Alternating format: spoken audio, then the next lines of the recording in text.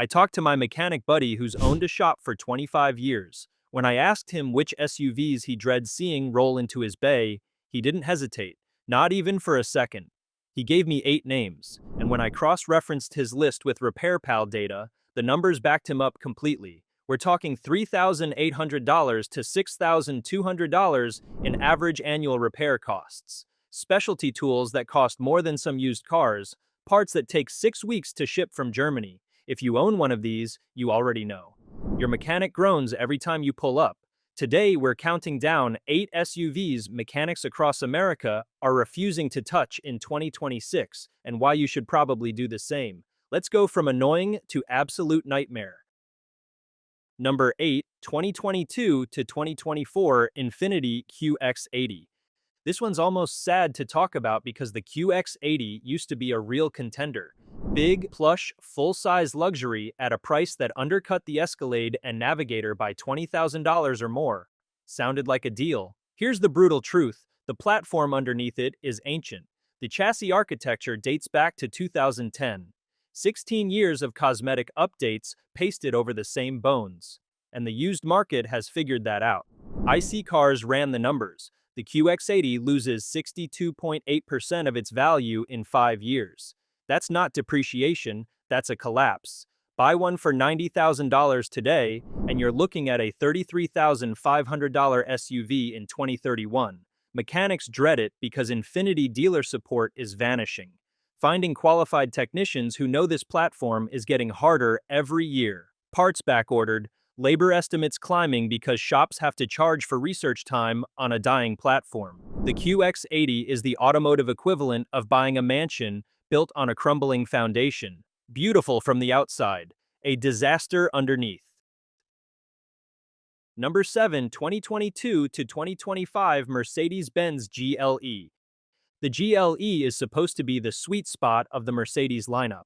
Loaded with tech priced around $65,000 to $80,000 and packed with a screen-based command center called MBUX. The pitch is flawless. The reality is that MBUX fails, and when it does, you're not getting a software patch, you're getting a $1,800 plus module replacement.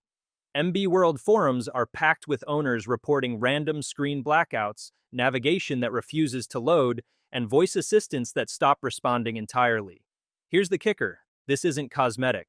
The MBUX module controls climate, phone integration, driver assistance, and navigation. When it bricks, half the car stops working. Mechanics hate this job because Mercedes requires dealer-level diagnostic software that independent shops don't have. Every MBUX failure funnels straight back to the dealership, where the labor rate starts at $250 an hour. RepairPal puts GLE annual maintenance at $1,200. That sounds manageable until one module replacement wipes out 2 years of average costs in a single invoice. A $75,000 car where the brain dies for $1,800. Mercedes calls that innovation. Your mechanic calls it job security. Number 6, 2023 to 2025 Audi Q7. The Q7 is everything Audi wants you to believe they are. Sophisticated, German-engineered, built to a higher standard, and it is sophisticated right up until the air suspension fails and the active roll stabilization throws a fault code that takes 3 hours just to diagnose. The Q7's air suspension uses an integrated compressor and valve block Audi markets as a sealed system. When it fails, you can't repair individual components. You replace the entire unit. According to Audi World Forum threads, that repair runs $2,400 to $3,600 in hardware alone. Add Audi dealer labor, $180 to $220 an hour, and you're clearing $4,500 to $5,000 for a suspension repair on a 5-year-old car. The active roll stabilization is worse. It runs on a 48-volt electro-hydraulic system requiring Audi's proprietary Otis diagnostic software. Independent mechanics can't run Otis. When the roll bar actuators fail, your only option is an Audi dealer. That's not competition, that's a monopoly on your repair bills. NHTSA complaint data shows Q7 suspension complaints running 3 times higher than the segment average. Audi built a technological cage. and you paid for the key. Number 5, 2022 to 2024 BMW X5 G05. The X5 has always been BMW's argument for why German engineering justifies the premium. The G05 doubled down with a 48-volt, mild hybrid system, promising improved efficiency and smoother power. Here's the thing, it delivers right up until it catastrophically doesn't. The 48-volt system combines a belt-integrated starter generator with a separate 48-volt battery pack. When either fails, BMW's diagnostic system throws fault codes across 3 modules simultaneously. According to Bimmer Post forum data, these failures hit at 40,000 to 60,000 miles, right past the warranty cliff. The 48-volt battery pack replacement alone runs $2,200 to $3,800, and mechanics refuse this job specifically because the 48-volt system requires an insulated toolkit that costs over $3,000. Most independent shops don't own it, so you're back at a BMW dealer where the labor rate makes your eyes water. RepairPal puts average X5 annual repair costs at $1,280. That sounds manageable until one 48-volt battery failure erases 3 years of average costs in a single afternoon. BMW didn't build a better engine. They built a more expensive failure point and called it innovation. Number 4, 2023 to 2025 Alfa Romeo Stelvio. Before we get into this one, if you're getting value from this video, go ahead and hit that like button. It takes 1 second and it genuinely helps us keep making content like this. Alright, back to the list. The Stelvio is the most seductive trap on this entire list. Italian styling, a Ferrari-descended platform, handling that embarrasses German SUVs twice its price. People buy it because it makes them feel something. Then the turbocharger wastegate fails at 35,000 to 50,000 miles, and they feel something very different. NHTSA complaint data and Alfa owner forum threads tell the same story. The Stelvio's 2.0-liter turbocharged 4-cylinder has a wastegate actuator that fails right when the warranty expires.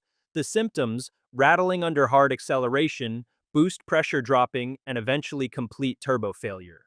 The repair runs $2,800 to $4,500, depending on whether you're replacing the actuator alone or the entire turbo assembly. Here's what makes mechanics refuse it entirely. Alfa Romeo's parts supply chain is a disaster. Order a wastegate actuator and you're waiting 3 to 6 weeks. Some owners report waiting 8 weeks while paying storage fees at the shop. Italian prestige on the outside, Stellantis reality on the inside. The Stelvio is a $45,000 car that drives like a $70,000 car and costs like a $100,000 car to maintain. Number 3, 2022 to 2024 Maserati Levante. The Levante sells you the myth of Italian luxury with a Ferrari connection, and that connection is real. The twin-turbo V6 shares DNA with Ferrari's engine program. That's also exactly the problem. Ferrari-level engineering requires Ferrari-level maintenance. The Levante's oil change requires a specific Castrol synthetic blend rated to Ferrari spec. That oil alone costs $400 for a fill. Add dealer labor, the specialized drain plug tool specific to this engine, and the mandated 45-minute fill procedure, and you're looking at $800 to $1,200 for an oil change, not a repair. An oil change. According to RepairPal, the Levante runs $1,800 to $2,400 in annual maintenance costs on a good year. Independent mechanics refuse to touch the engine because doing so voids Maserati's powertrain warranty terms. Certified dealer tooling only. Every maintenance event, every minor repair, routes back to a Maserati dealer where the labor rate starts at $280 an hour. Mechanics on independent shop forums have a name for Levante owners who show up thinking this is a normal SUV. They call them victims. The Levante is an $80,000 car that costs a fortune to keep alive. The only thing Ferrari about it is the bill. Number 2, 2022 to 2025 Jaguar FPace. The FPace looks like it should be manageable. Mid-size luxury SUV, not exotic, not ultra-premium, just a well-styled British SUV. Then you dig into the supercharged V6 timing chain situation, and that impression dies fast. The 3.0-liter supercharged V6 has a timing chain system with two chains, multiple tensioners, and guides that wear unevenly under the thermal cycling of a supercharged engine. Jaguar-forums.com is packed with threads documenting chain rattle starting at 60,000 to 80,000 miles, followed by catastrophic timing failure if it's not caught in time. The repair, $3,500 to $5,000 at an independent shop with the right tools. At a Jaguar dealer, $6,500 to $7,000. Here's what makes mechanics refuse it. The supercharger sits directly above the timing chain components on this engine. To access the timing system, you pull the supercharger first. That's 4 to 6 hours of labor before you've even touched the actual problem. Shops that quote this job honestly lose the customer. Shops that underquote it get burned. Jaguar sells you the dream of British craftsmanship. The used market sells you the reality of a $5,000 engine repair hiding at 70,000 miles. Number 1, 2023 to 2025 Land Rover Discovery. Here it is, the absolute nightmare. The one my mechanic buddy put at the top of his list without hesitating for a single second. Land Rover has been putting air suspension on the Discovery for decades. They've had decades to get it right. They haven't.